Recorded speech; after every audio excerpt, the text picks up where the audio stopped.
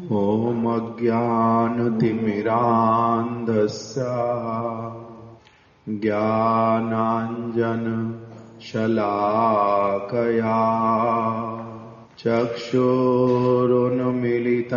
येन तस्मै श्रीगुरवे नमः। वाञ्छाकल्पतरुभ्यश्च कृपासिन्धुभ्य एव च पतितानां पावनेभ्यो वैष्णवेभ्यो नमो नमः। श्रीचैतन्य मनोभीष्टं स्थापितं येन भूतले स्वयं रूपा कदा मह्यं ददाति स्वपदान्तिकम्। जय श्री रूप श्री सनातन भट्ट रघुनाथ श्री जीव गोपाल भट्ट दास रघुनाथ। हे चाई गोसाई करी चरणावंदन जहाँ हैते विघ्ननाश अभीष्ट पुराण। श्री कृष्ण चैतन्य प्रभु नित्यानंद श्री अद्वैत गदाधर श्रीवासादि गौर भक्त वृंद। हरे कृष्णा कृष्णा कृष्णा हरे हरे हरे राम राम राम हरे हरे। धीरू प्रभु माइक लेकर के कल वाली बातें बताओ पहले थोड़ी थोड़ी। कल की कथा में हमने श्रवण किया कि शिला महाराज जी भिक्षा के लिए एक स्थान पर गए, बोलपुर नामक स्थान पर। वहां पर चावल मिल के जो मालिक है उससे भिक्षा लेने के लिए जाते थे महाराज जी। तो जब महाराज जी वहां पर गए तो उन दिनों नक्सल प्रॉब्लम चल रही थी उस स्थान पर। तो चावल मिल का मालिक बोला कि भगवान कुछ नहीं होता, अगर भगवान होता तो इतने सारे निर्दोष लोग क्यों मारे जाते। तो उसने और बहुत कुछ बोला।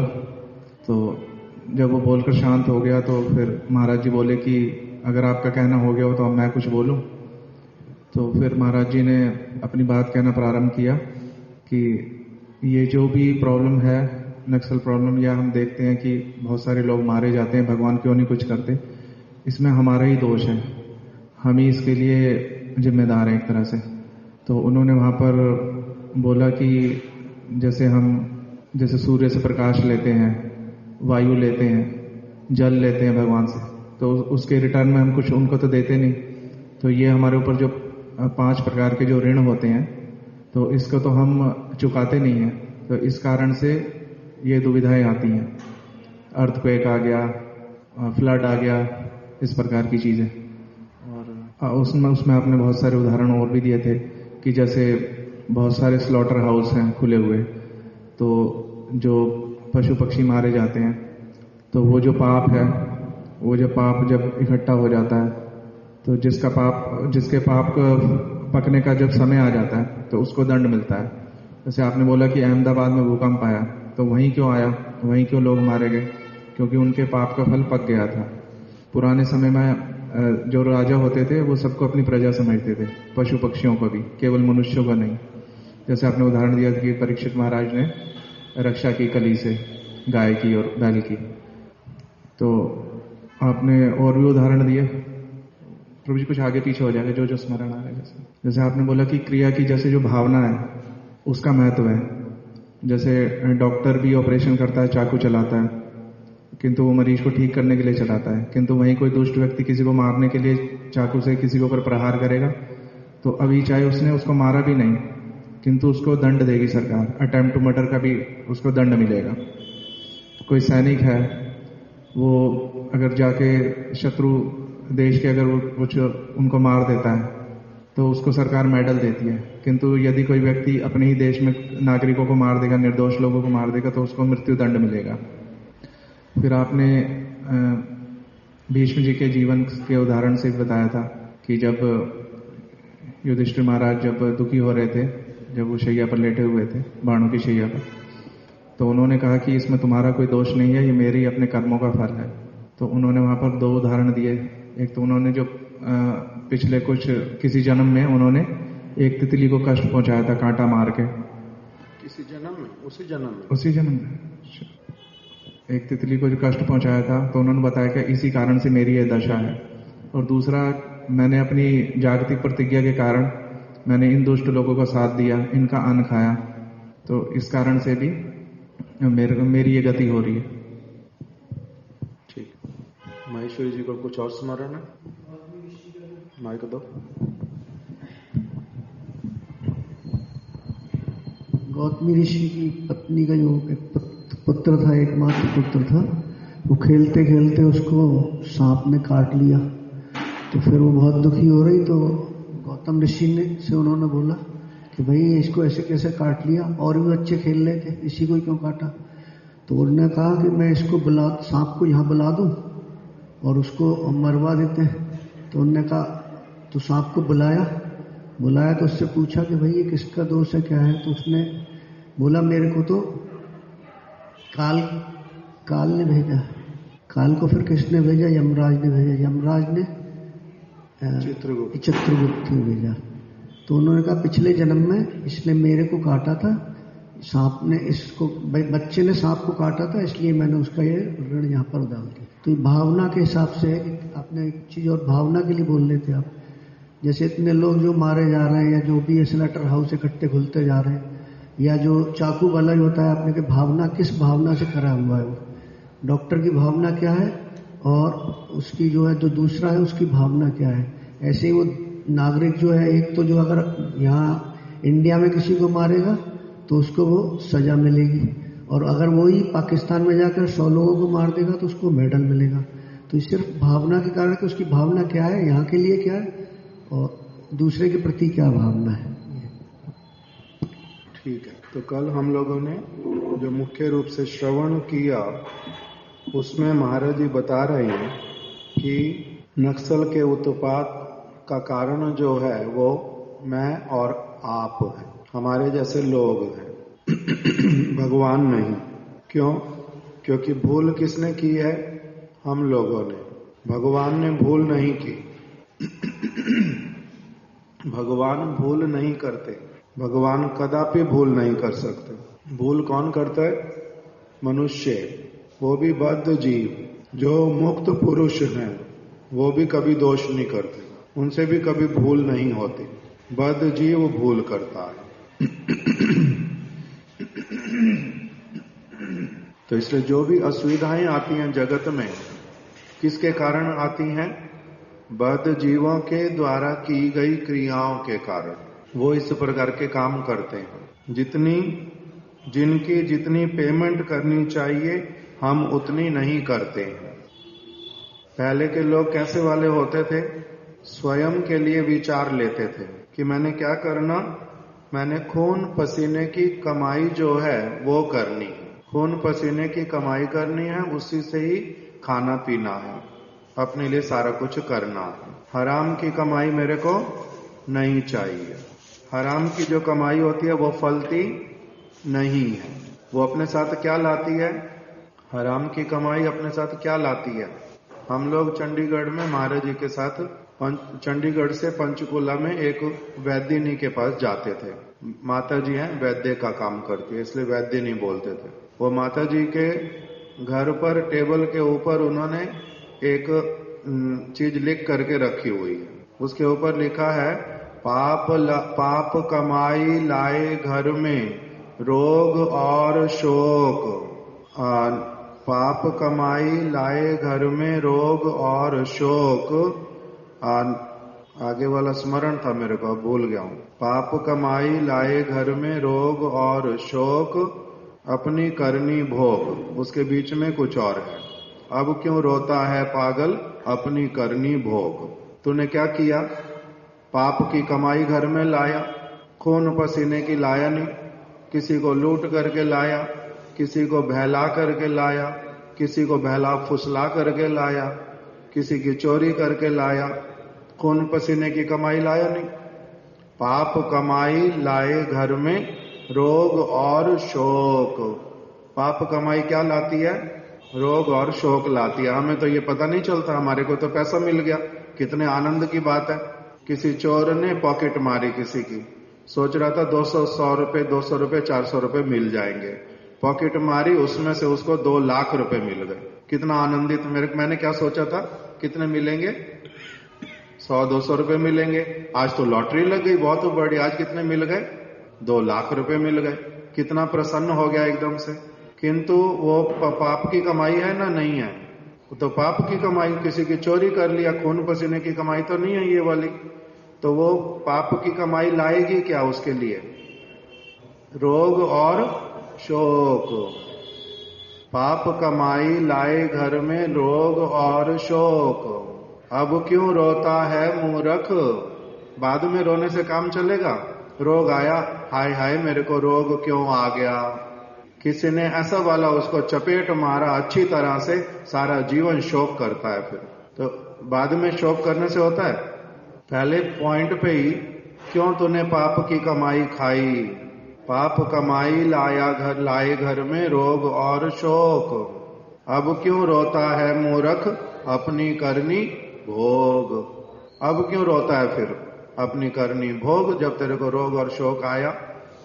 नानक जी ना कि उनके ही साथ में कोई जुड़ा हुआ व्यक्ति, उनको 2 घरों से रोटी आई।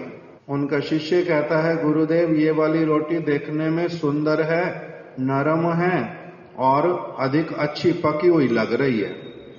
ये वाली रोटी इतनी अच्छी नहीं दिखाई दे रही, ये जो है उसके सामने कुछ भी नहीं है। उन्होंने कहा कि किंतु जिसमें कुछ नहीं है मेरे को यही वाली लेनी है। तो कहते हैं कि मेरे को आपकी बात समझ नहीं आती। वो कहते हैं मैं समझा देता हूं। दोनों रोटी को उन्होंने हाथ में ले लिया, मुट्ठी बंद कर ली, जोर से रोटी को दबाया, एक रोटी में से खून निकला, एक रोटी में से दूध निकला। इसका मतलब क्या हुआ? एक रोटी जो है वो पाप की कमाई करके बनाई गई है, और दूसरी रोटी जो है वो क्या करके बनाई गई है? मेहनत के पसीने से कमाई करके तब बनाई गई है। उसमें दोनों में दिखने में रोटी है दोनों ही, किंतु दोनों रोटी दिखने में होने पर भी उनमें क्या है? जमीन और आसमान का अंतर है। इसलिए जो खून वाली रोटी खाएगा और जो दूध वाली रोटी खाएगा, दोनों का असर क्या एक ही होएगा? दोनों का प्रभाव एक होएगा। जो खून खाएगा किसी का और जो दूध खाएगा, उसमें अंतर आएगा नहीं? अंतर आएगा। कहां पर अंतर आता है? साधारण नहीं पता चलने पर भी चेतना में अंतर आता है। इसीलिए बता दिया, विषय अन्न खाइले मलिन है मन, मलिन मन हईते नाई कृष्णेर स्मरण।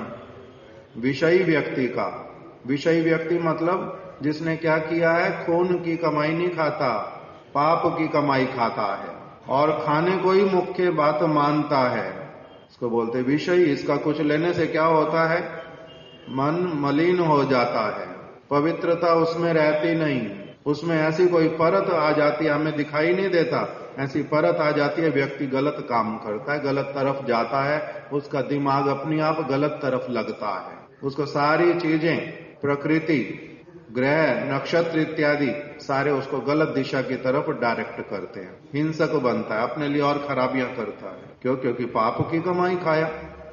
तो इसीलिए महाराज जी ने क्या बोलना प्रारंभ किया कि हम लोग जिसको जितनी पेमेंट करनी चाहिए अगर उतनी नहीं करते तो पहली बात क्या सुननी प्रारंभ की कि पहले लोग क्या करते थे, वो बोलते थे मेरे को खून पसीना जो है बहाना है, उसके द्वारा जो मिलेगा मेरे को वही खाना है। एक तो ये वाली बात। और दूसरी क्या बात करते थे, उनके जीवन का प्रिंसिपल था, अच्छे लोगों का प्रिंसिपल होता है कि अगर मैंने किसी से काम कराना, मैंने किसी से फ्री में नहीं कराना, मैंने किसी से फ्री में काम नहीं कराना, मैंने जिससे जितना काम कराना मैंने उसको उतनी पेमेंट देनी ही देनी है। उसकी पेमेंट मैंने मारनी नहीं है, उसकी पेमेंट कम नहीं देनी है। अगर वो मूर्ख भी है, उसको पता नहीं है, तब भी मैंने उसको क्या कहना, जितना तुम्हारा बनता उतना मैंने तुम्हें देना है। किसी के साथ में रिक्शे में गए, रिक्शे वाले ने बोल दिया मैं 50 रुपए लूंगा। अभी किंतु रास्ते में जो है भीड़ थी बहुत अधिक, उसने मेरे को पहुंचा देना था 10 मिनट में। भीड़ के कारण जो है लग गया 1 घंटा 1.5 घंटा। वो गरीब आदमी है, उसका उसमें लॉस हुआ जिस रास्ते में मैं लेके गया। तो उसके लिए अपनी आप उसकी भरपाई कर देंगे ना, नहीं कर देंगे? अपनी आप सज्जन व्यक्ति कर देता है, किसी की देरी होने पर, किसी को कहीं और ले जाने पर इसलिए बोल देते हैं कि भैया मेरे को 5 मिनट उस तरफ जाना है, उस तरफ ले चलो। नहीं जी नहीं, समय चला। अरे भाई तेरे को मैं 10 रुपए और दे दूंगा, इसलिए लेकर के चलो। तो वो लेके चला जाता है। क्यों? क्योंकि उतना हक बनता है उसका। तो इसीलिए किसी को लेने में, किसी से कुछ लेने में, किसी को देने में, दोनों ही तरफ से सज्जन व्यक्ति जो है वो क्या करता है, गड़बड़ नहीं करता, गड़बड़ नहीं करता। तो इसीलिए महाराज जी बोल रहे हैं कि जो सारे उत्पात लोग करते हैं उसका कारण जो है वो हम और आप जैसे लोग ही हैं। क्यों? क्योंकि हम लोग क्या करते हैं, जिससे जितना लेते हैं उसको वापस उसकी पेमेंट जितनी देनी चाहिए उसकी देते नहीं है, और उस बात को कभी ध्यान से सोचते भी नहीं है, उस बात को सोचते भी नहीं है हमारे को किससे क्या मिला। अगर ये बात मनुष्य नहीं सोचेगा तो क्या पशु सोचेगा? मनुष्य का मतलब ही है वो क्या करता है, इस वस्तु का ज्ञान प्राप्त करता है। मेरे को जैसे अब मान लो कि कोई व्यक्ति हमारे को कुछ देने लगे तो एकदम से क्या बोलते हैं, भैया मेरे को क्यों दे रहे हो? आप सड़क पे चलते हुए जा रहे हो, कोई अनजान व्यक्ति आपको आकर के कहे कि ये लो 500 रुपए ले लो, आप क्या बोलोगे सबसे पहले कि भैया आप कौन हो, क्यों मेरे को 500 रुपए दे रहे हो? तो नहीं रख लो। आप क्या कहोगे, मेरे को नहीं चाहिए, मैं क्यों लूं आपके 500 रुपए? साधारण सी बात। तो इसीलिए बोल रहे हैं कि प्रारंभिक अवस्था से कि मेरे को कौन क्या दे रहा है, क्यों दे रहा है, मेरे को कितना लेना है। अभी बैंक जो है अगर लोन देगा बहुत अधिक, लेंगे तो बैंक आपको लोन देगा, घर में आएगा, कहेगा लोन ले लो, लोन ले लो। लोगे लोन? क्यों नहीं लोगे? क्यों नहीं लेंगे? क्योंकि लेने पर उनकी कंडीशंस भी माननी पड़ेंगी, उसमें कुछ कंडीशंस हैं, उसमें कुछ कंडीशंस हैं। तो अगर मैंने लिया है तो इसका मतलब क्या है, मेरे को उसमें क्या करना पड़ेगा, कंडीशंस को फॉलो करना पड़ेगा, मानना पड़ेगा जो जो कंडीशंस मैंने दी हैं। इसी तरह से बोल रहे हैं कि एने ची ना भजीबो बोलिया ऐसे संसार भीतरे पोड़िया रहीले तुम्ही अविद्यार भूलिया रहीले तुम्ही अविद्यार भरे, अविद्यार भरे। कि प्रत्येक जीवात्मा मनुष्य विशेष करके इसने क्या किया, भगवान को प्रतिज्ञा किया है, क्या करूंगा मैं, भजीबो बोलिया ऐसे संसार भीतरे। इस संसार में आया क्या कहते कहते, मैं क्या करूंगा, हे भगवान मैं आपका भजन करूंगा, हे भगवान मैं आपका भजन करूंगा। ये क्या करके आया है, प्रतिज्ञा। भूलिया रहीले तुम्ही अविद्यार भरे।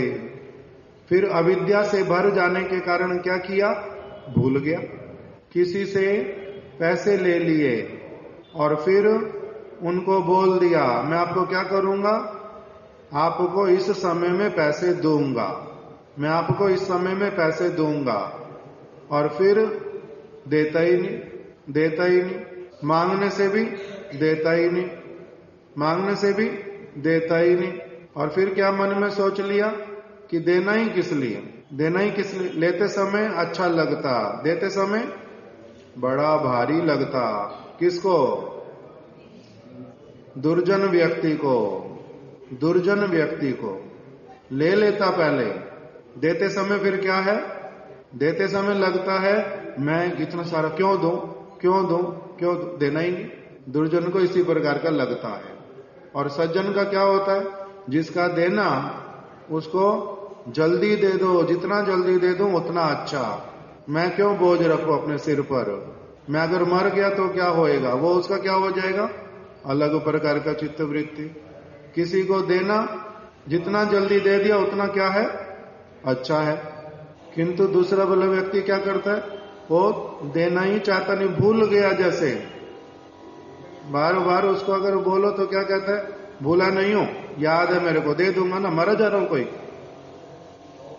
10 साल हो गए, 20 साल हो गए, देता नहीं, और फिर भी कहता है मरा जा रहा हूं क्या, दूंगा दूंगा, याद है मेरे को। याद होने का मतलब क्या होता है,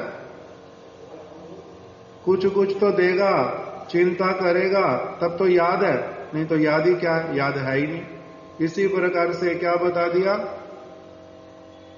भजी वो बोली आए से संसार भीतरे, भगवान के सामने प्रतिज्ञा करके आया कि मैं क्या करूंगा, अब आपका भजन करूंगा,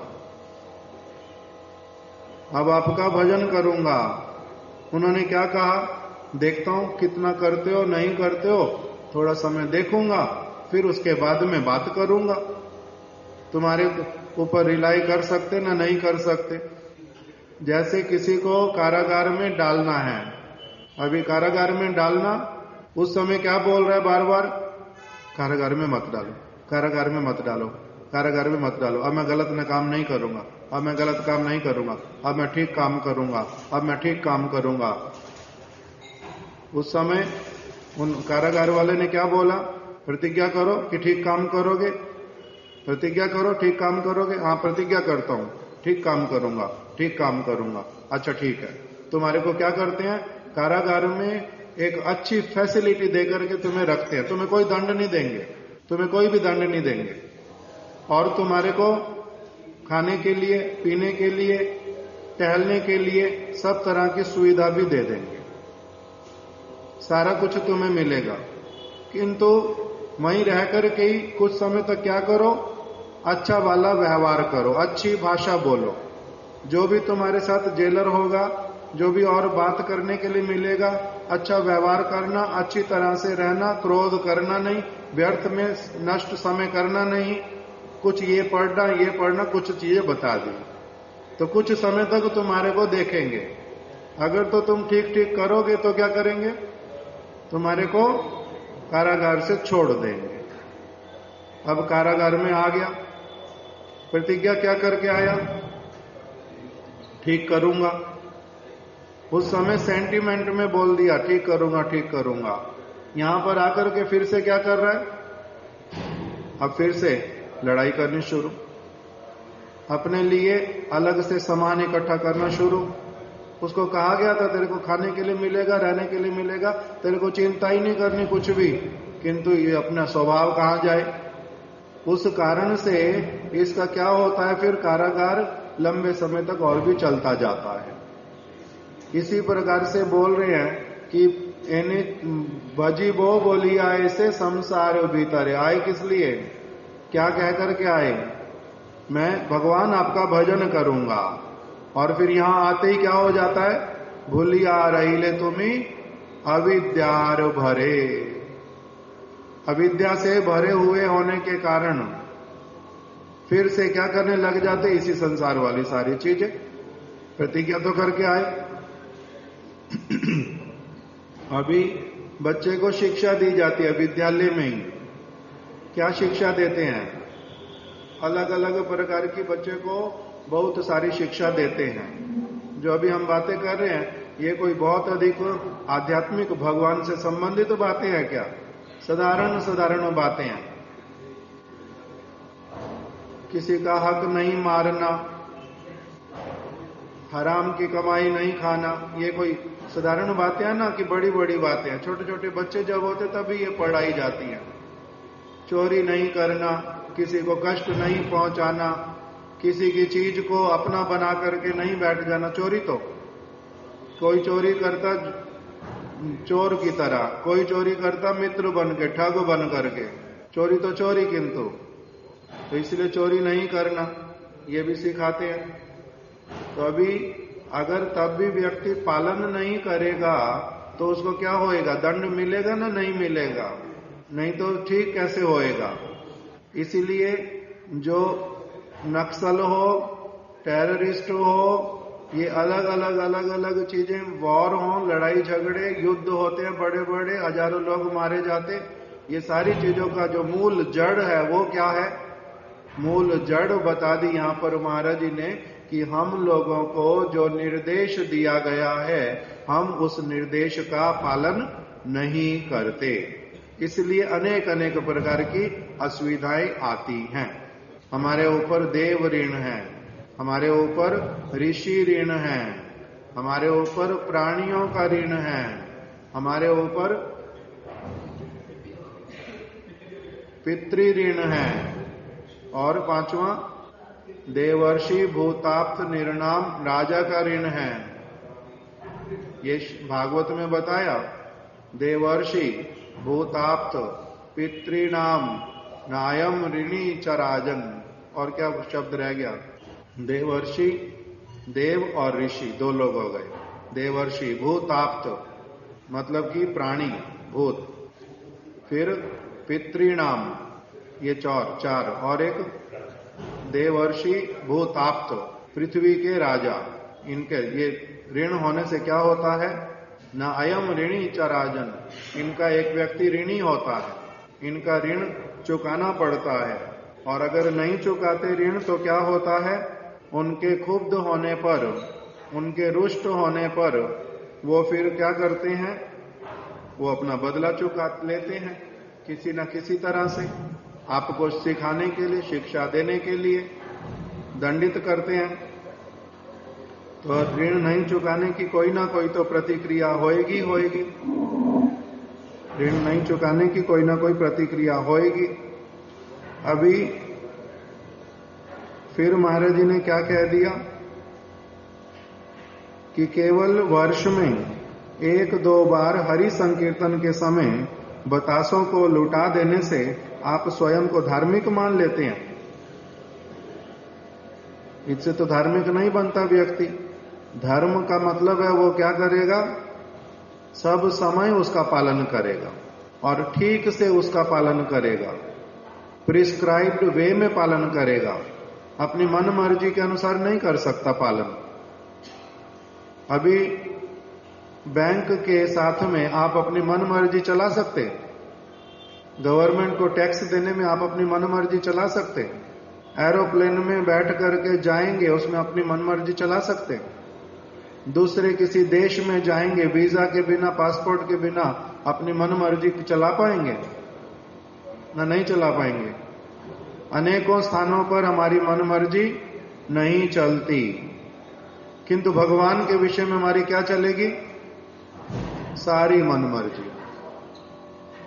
हम अपने इच्छा के अनुसार जो करेंगे उसी को ही तो भगवान की भक्ति कहते हैं।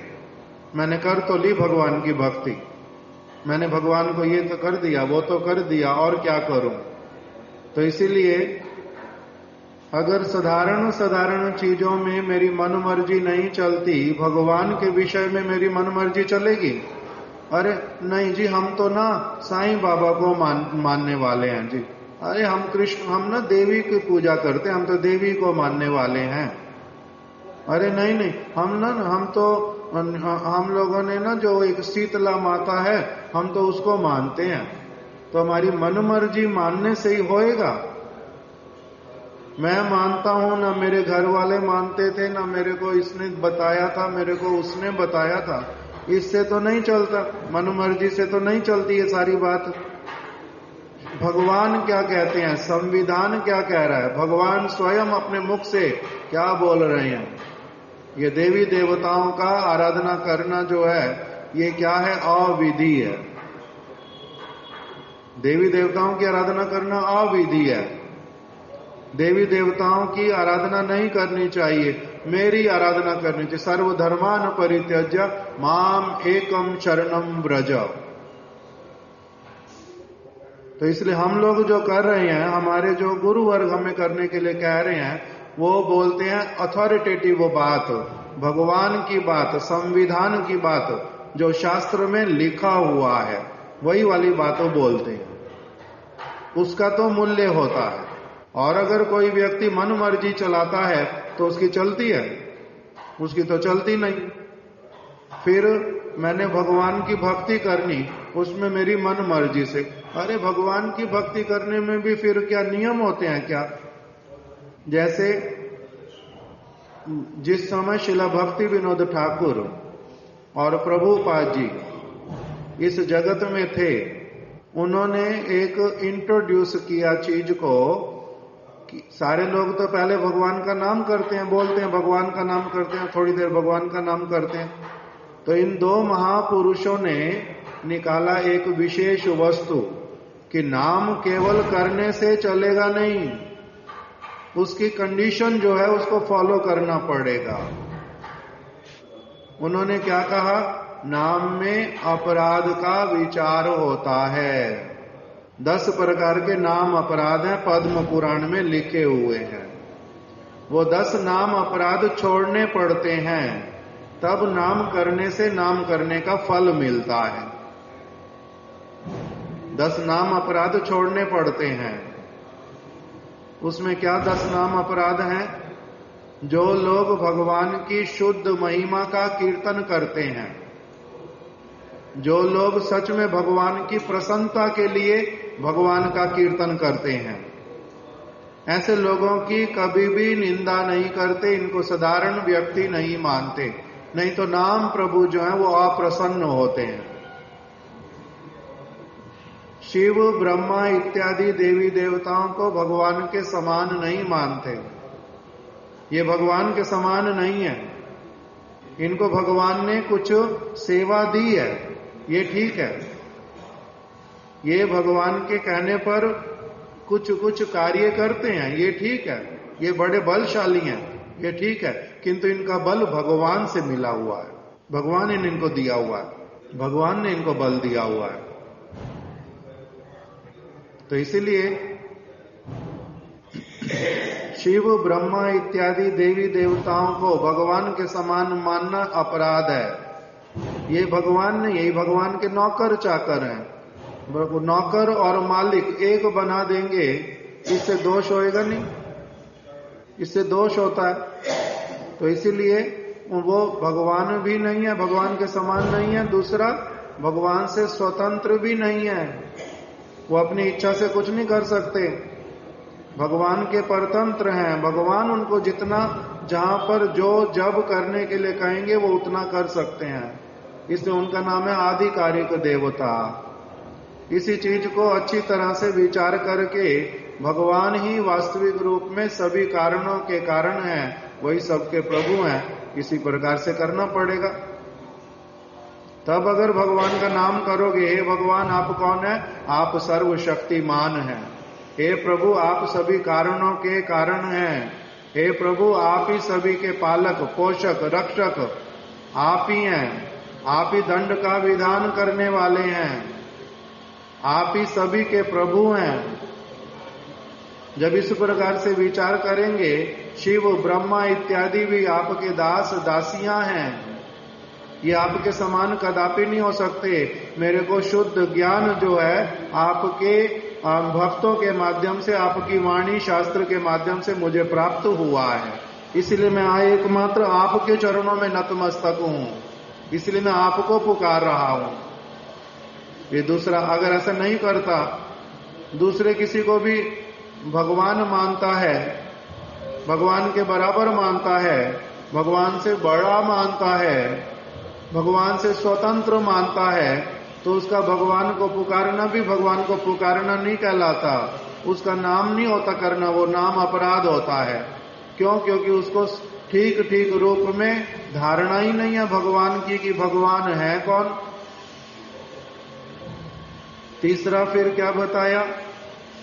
गुरु को साधारण मनुष्य समझना। गुरु मतलब जो भगवान का अत्यंत प्रिय है। सारे गुरु गुरु नहीं होते, गुरु नामधारी, जो भगवान के जैसे विचार वाला है, भगवान के जैसे पवित्र है, भगवान के गुणों से युक्त है, जो सबका परम बंधु है। वास्तविक रूप में शास्त्र के सारे सिद्धांत को, सार को अच्छी तरह से जानने वाला, जीवन में पालन करने वाला, भगवान को अनुभव करने वाला है। वो मेरी तरह जन्म मृत्यु का जो है एक कर्म फल भोगने वाला जीव नहीं है।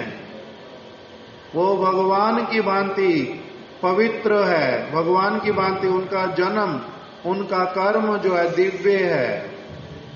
इस जगत में वो कर्म फल भोगने के लिए नहीं आए हैं, वो दूसरे व्यक्तियों को उल्टा कर्म के फांद से छुड़ाने के लिए आए हैं। इसलिए गुरु के प्रति नर बुद्धि रखना, गुरु को साधारण मनुष्य मानना, गुरु की अवज्ञा करना, जो ऐसा करता है उसका क्या होता है? उसके प्रति नाम प्रभु प्रसन्न नहीं होते, जितना नाम कर ले।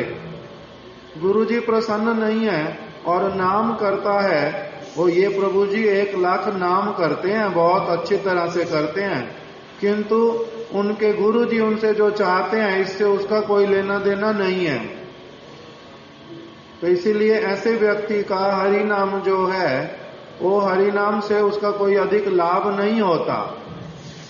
क्यों? क्योंकि वो गुरु को अपने जैसा साधारण मनुष्य मानता है, तो अपने से थोड़ा ज्ञानी मानता है, बस थोड़ा सा सम्मान के पाता है, थोड़े से मेरे से आयु में बड़े हैं, बस इतना ही तो अंतर है। नहीं तो वो भी खाते हैं, मैं भी खाता हूँ, वो भी सोते हैं, मैं भी सोता हूँ, उनको भी प्यास लगती है, मेरे को भी लगती है, वो भी कभी बीमार पड़ते हैं, मैं भी पड़ता हूँ, उनमें और मेरे में अंतर क्या है? मैं भी जी रहा हूँ, वो भी जी रहे हैं, कभी वो भी मरेंगे, कभी मैं भी मरूंगा, उनमें और मेरे में अंतर क्या है? इस प्रकार का चित्त वृत्ति रहने से कभी भी हरि नाम प्रभु की कृपा प्राप्त नहीं होती। ये तो अपराध है।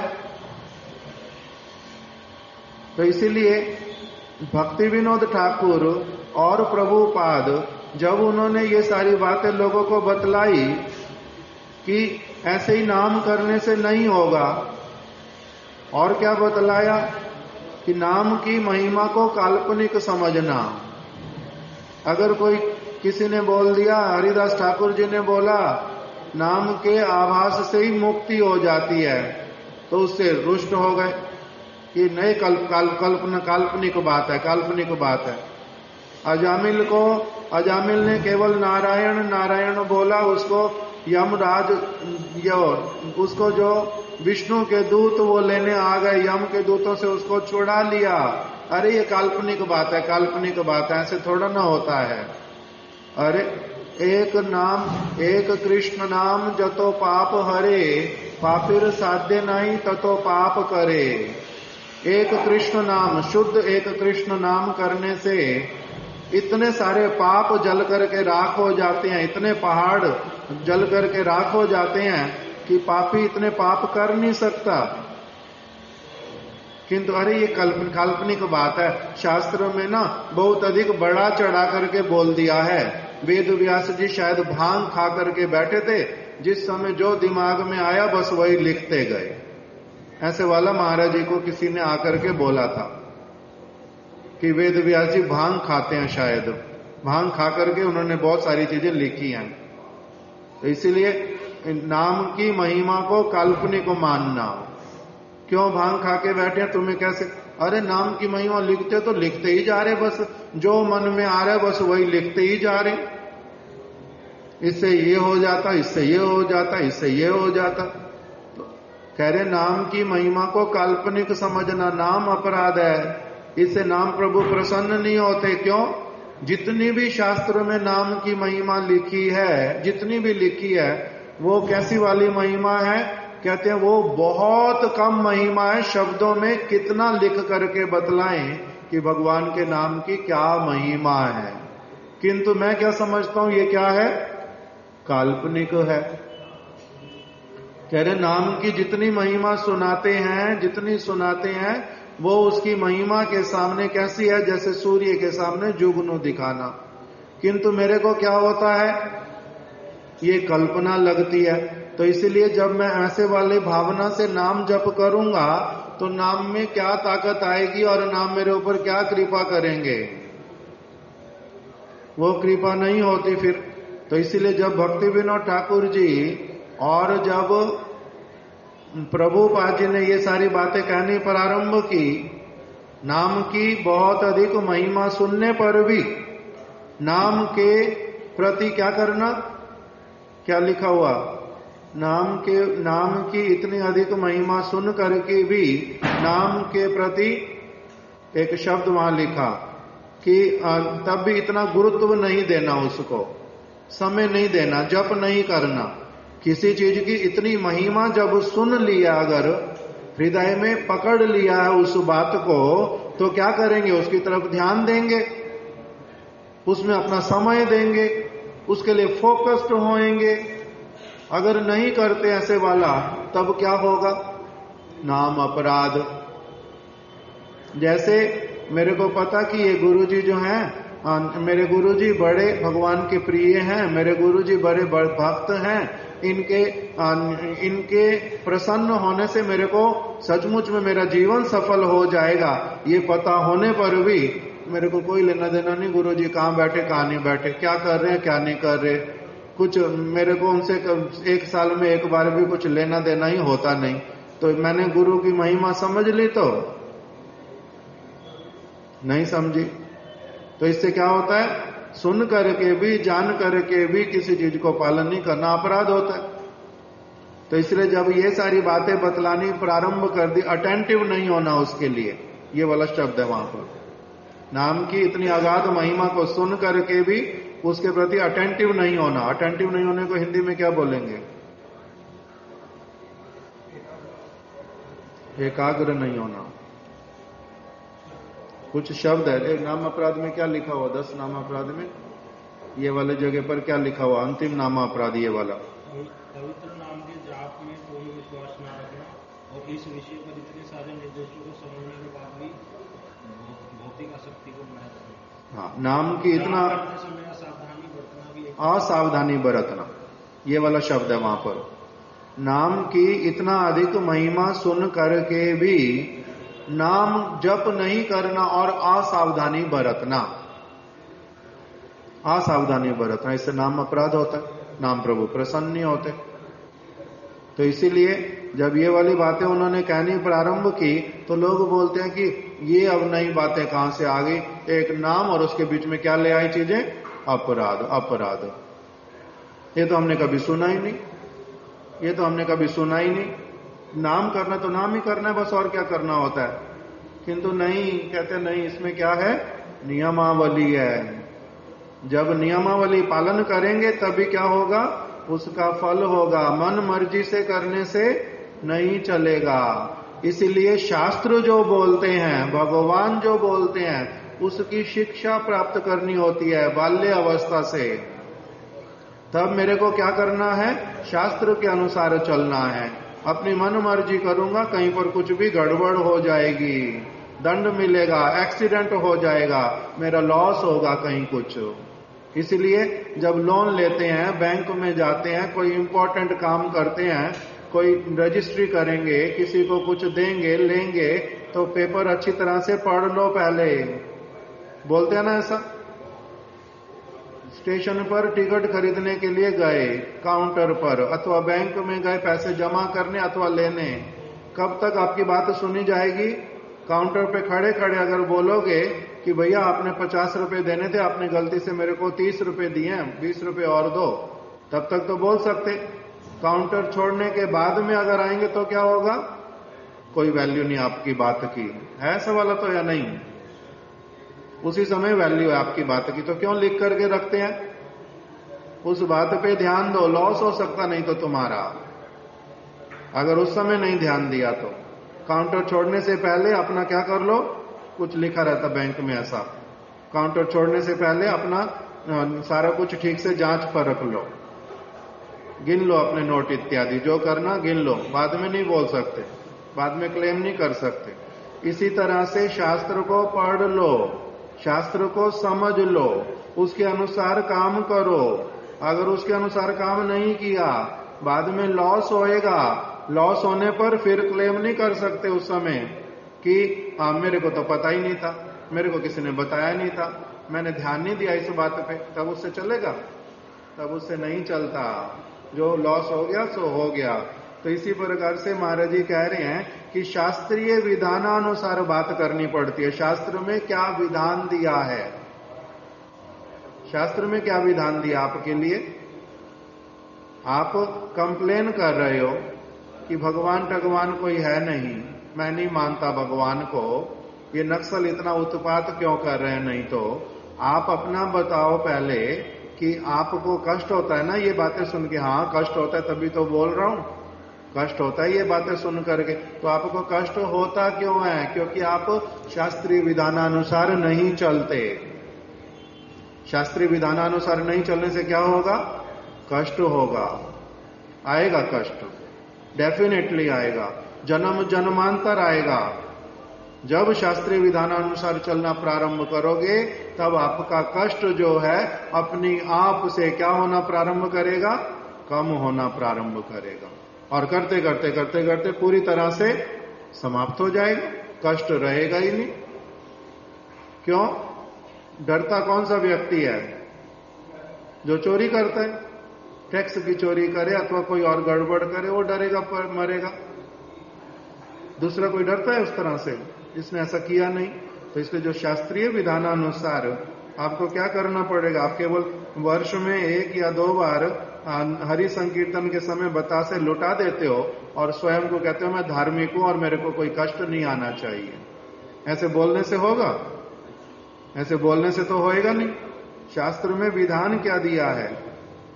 अब इस बात को सुन करके देखो कि कितने लोग इसका पालन कर पाते होंगे। किंतु शास्त्रीय विधानानुसार अपनी कमाई का चौथा भाग अंततः देव सेवा के उद्देश्य से देना होता है। देगा कोई? बताओ, देगा कोई? क्यों देंगे? देगा कोई? नहीं देंगे। क्यों नहीं देंगे? हमने कमाई की है, ऐसे ही देव सेवा के लिए दे दें, भगवान की सेवा के लिए दे दे 25%, वो भी कम नहीं, 25%, इतना सारा भगवान की सेवा के लिए दे दें। कैसे दे दें? क्यों दे दें? हमारे तो 1000 प्रश्न होंगे, किंतु शास्त्र कह रहे हैं कि ऐसा करना है, हम मान पाएंगे? अगर नहीं मान पाएंगे और उसके ऊपर नहीं चलेंगे और फिर उसके द्वारा मेरे को कष्ट आएगा, फिर मैं कहूंगा कि ये क्यों आ रहा है? ये तो आएगा, गारंटीड है। ये बोल रहे हैं, शास्त्र में लिखा हुआ है, ये तो लिखा हुआ है। नहीं तो क्या होगा? ऋण रहेगा आपके ऊपर। भगवान की सेवा के लिए क्यों बोल रहे हैं करने के लिए? अभी पहले हमने एक वचन सुना कि भगवान कह रहे हैं देवी देवताओं का आराधना करना अविधि है, पहले सुना ना। फिर बताया देव ऋण, देवताओं का हमारे ऊपर ऋण है ना, हमारा देवताओं के प्रति ऋण है, हमारा प्राणियों के प्रति ऋण है, हमारा राजा के प्रति ऋण है, पितरों के प्रति ऋण है, सारा बताया। फिर भगवान ने दूसरी बात भी बोल दी भगवत गीता में, जो देवताओं की आराधना करेगा वो कहां जाएगा? यान्ति देवव्रता देवान पितृयान्ति पितृव्रता। फिर भूतों का, प्राणियों का, यान्ति देवव्रता देवान पितृयान्ति पितृव्रता। मदयाजी एक है जो भूतों की आराधना करता है, वो प्राणियों की आराधना करते हैं। प्राणी भगवान कह रहे हैं कि जो देव यजन करेगा, देवताओं की आराधना करेगा, वो देवताओं के लोक में पहुंचेगा। जो पितरों की आराधना करेगा वो पितरों के लोक में पहुंचेगा। और फिर जो प्राणियों की आराधना करेगा वो प्राणियों के बीच में ही रह जाएगा सब समय। और जो मेरा आराधना करेगा वो मेरे पास में आएगा। यही बोला तो भगवान ने। एक और दूसरा भगवत गीता में क्या बताया? देवताओं की आराधना करना क्या है? अविधि है। किस लिए अविधि है? उनकी आराधना नहीं करो। क्यों? क्योंकि नहीं तो क्या करोगे? देव योनि में ही जाना पड़ेगा। प्राणियों की आराधना मत करो, नहीं तो प्राणियों में ही रहना पड़ेगा। सुख दुख में, जन्म मृत्यु के चक्र में सब समय रहना पड़ेगा। तो इनका ऋण फिर कैसे चुकेगा? प्राणियों का, पितरों का और देवताओं का, इन सब का ऋण चुकेगा कैसे फिर? एक तरफ से बोल रहे हैं इनके प्रति तुम्हारा ऋण है, उसको चुकाना चाहिए। दूसरी तरफ से बोल रहे हैं इनका कभी भी इनका सेवा करना नहीं। इनकी सेवा करोगे इनके लोक में पहुंचोगे, जन्म मृत्यु के चक्र में रहोगे। समझाना क्या चाहते हैं भगवान? भगवान फिर जो बात बोल रहे हैं उसको भागवत में बतलाया। कौन सा श्लोक बोल करके? जड़ में जल देने से, यथा तरोर उन्मूलन निषेचनेना तृप्यंति तत् भुजोपशाखा। कह रहे हैं कि देवी देवता मेरे से स्वतंत्र नहीं है। नाम अपराध में अभी सुन लिया। देवी देवता भगवान से स्वतंत्र नहीं है, भगवान से जुड़े हुए हैं। इसीलिए भगवान कह रहे हैं जड़ में जल देने से क्या हो जाता है? जड़ में जल देने से पेड़ को, पेड़ की शाखा को, पेड़ के तने को, पेड़ के फूलों को, पेड़ के फलों को, सबको ही उनको अपना अपना भाग मिल जाता है। यही उपाय बताया देवताओं के ऋण से, पितरों के ऋण से, सभी के ऋण से मुक्त होने का एकमात्र उपाय कृष्ण कह रहे हैं मेरी आराधना करो। मैं कौन हूं? मैं मूल हूं, सर्व कारण कारणम, मैं जड़ हूं। मेरी आराधना करो। इससे क्या होगा? तुम्हारे सारे ऋण चुक जाएंगे, तुम्हारे सारे ऋण चुक जाएंगे। अलग से नहीं करना पड़ेगा कुछ भी। मेरी आराधना करो, मेरी बात मानो, जो मैं कहता हूं वो करो, तब तुम्हारा क्या होगा? तुम्हारे ऊपर कोई ऋण नहीं रहेगा। इसलिए एक महापुरुष ने बड़े प्रेम के साथ में एकदम से बोल दिया कि ना अयम ऋणी च राजन, देवर्षि भूताप्त पितृनाम ना अयम ऋणी च राजन, सर्वात्मा। सर्वात्मा ये श्लोक क्या है? इंपॉर्टेंट श्लोक बहुत। सर्वात्मा च शरणम शरण्यम। हे प्रभु, आप सभी के शरण, जितने लोग शरण देने वाले हैं, आप उन सबको भी आप ही शरण देने वाले हो। जो आप सबको शरण देने वाले, मैंने अब क्या कर लिया है? पूरी तरह से आपकी शरण ले लिया। आपकी बात मानता हूं, आपके कहे अनुसार चलता हूं। इसलिए मैं क्या हो गया हूं? अभी मैं सब प्रकार से ऋणों से मुक्त हो गया हूं। ना अयम ऋणी च राजन, अब मैं किसी का भी ऋणी नहीं रह गया। ना किसी देवता का, ना किसी ऋषि का, ना किसी पितरों का, ना ही किसी प्रजा का, मैं किसी का ऋणी नहीं रह गया अभी। क्यों? सर्वात्मा, आप जिन सभी की, जो आत्मा की भी आप आत्मा है, सभी की शरण भी आप ही हैं। मैंने क्या किया है? आपकी शरण ग्रहण कर ली है। इससे होता है। तो इसलिए भगवान की आराधना करने से ये कार्य होता है, भगवान की बात मानने से। भगवान की आराधना भगवान की बात मानना ही कहलाता है। भगवान की बात मानना मतलब भगवान की बात, भगवान मेरे को आके बोलते हैं कुछ, भगवान की बात सुनी आपने आज तक? नहीं। भगवान ने आपको आके कुछ बोला? पर्सनली नहीं बोला। भगवान कैसे बोलते हैं? भगवान बोलते हैं अपने शास्त्र के माध्यम से। भगवान ने बोल करके रख दिया, लिख करके रख दिया, बता दिया,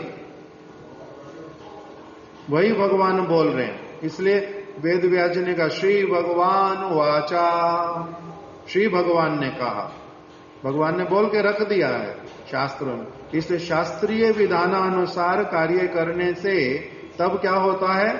तब मंगल प्रारंभ होता है। इसलिए बोलते हैं कि इतना सारे पाप होने पर भी पृथ्वी अभी तक भी फिर खड़ी कैसे रहती है? कहते हैं इसमें तब भी कुछ ऐसे लोग हैं जो क्या करते हैं, भगवान की सचमुच में आराधना करते हैं। इसलिए पृथ्वी खड़ी हुई है, इसलिए पाप के कारण मरती नहीं है, डूबती नहीं है। इतने अधिक पाप होने पर भी कुछ साधु पुरुष हैं, इसलिए उनकी संख्या जितनी अधिक बढ़ती है उतना अधिक मंगल होता है, उनकी संख्या जितनी कम होती जाती है उतना अधिक असुविधा आती है। इसे शास्त्रीय विधानानुसार चलने के लिए बात बतलाई। फिर महाराज जी कह रहे हैं कि क्या आप पेमेंट्स देते हैं? नहीं देते। शास्त्रीय विधानानुसार काम करते हैं? नहीं करते। आप अपनी कमाई का चौथा भाग भगवान की सेवा के लिए देते हैं? तो कहते नहीं देते। तो आप सब ठीक से पालन कर रहे हो? तो कहते नहीं कर रहे। तो जब आप सारी चीजें ठीक से पालन नहीं कर रहे, अपने मुख से बोल रहे हो, तो शिकायत करने का अधिकार है आपको? शिकायत करने का अधिकार है? तो महाराज जी ने इस तरह से पूछ लिया, तब तो शिकायत करने में भी आपका अधिकार नहीं है। अगर आप सारी चीजें ठीक से पालन कर रहे हो तब आपका क्या बनता है? शिकायत करना भी आपका बनता है, अन्यथा शिकायत करना बनता ही नहीं है। तब उन्होंने क्या उत्तर दिया महाराज जी को? कहते हैं मेरी बात सुनने के पश्चात उन्होंने कहा मैं हाथ जोड़ता हूं, मैं हाथ जोड़ता हूं, मेरे से भूल हो गई, मेरी जो समझ थी वो ठीक नहीं थी, आपने जो समझाया बिल्कुल ठीक, अब मेरे को समझ में आ गया। इतना गंभीरता से समझने की हमारी अपने आप से योग्यता कहां है? इतना अच्छी तरह से, इतनी गंभीरता से समझने की अपनी आप से योग्यता कहां है? इसलिए अब मेरे को पता चल रहा है कि हमारे को सब समय आवश्यकता होती है ऐसे व्यक्तियों की जो हमारे को अच्छे से अच्छी बात, ठीक बात, हमारे मंगल की बात हमें समझा दें। मेरे को अच्छे से अनुभव हुआ आपकी बातें सुन करके, मेरे को आज अच्छे से अनुभव हो गया कि आपके जैसे व्यक्ति से हमारे को क्या करना चाहिए? ठीक बात को सुन लेना चाहिए, समझ लेना चाहिए। मैं जितना चावल भिक्षा में देता था, अब मैं उससे 2 गुना 3 गुना जितना मेरे से हो सकेगा उतना आपको दिया करूंगा भगवान की सेवा के लिए। फिर उन्होंने हाथ जोड़ा, किंतु आज मेरी मिल बंद है, आपसे मिला हूं, अच्छा ही हुआ मिल बंद है, आपसे इतनी सारी बात करके आराम से मैं बैठा रहा, आराम से सुना, अच्छी शिक्षा आज मेरे को मिली, किंतु आज मैं चावल तो आज मैं दे नहीं पाऊंगा, आज क्या है मेरी मिल बंद है, आपको कल मैं दे पाऊंगा। यदि कृपा करके आप कल आ जाओगे तो मुझे बहुत अधिक सुविधा होएगी।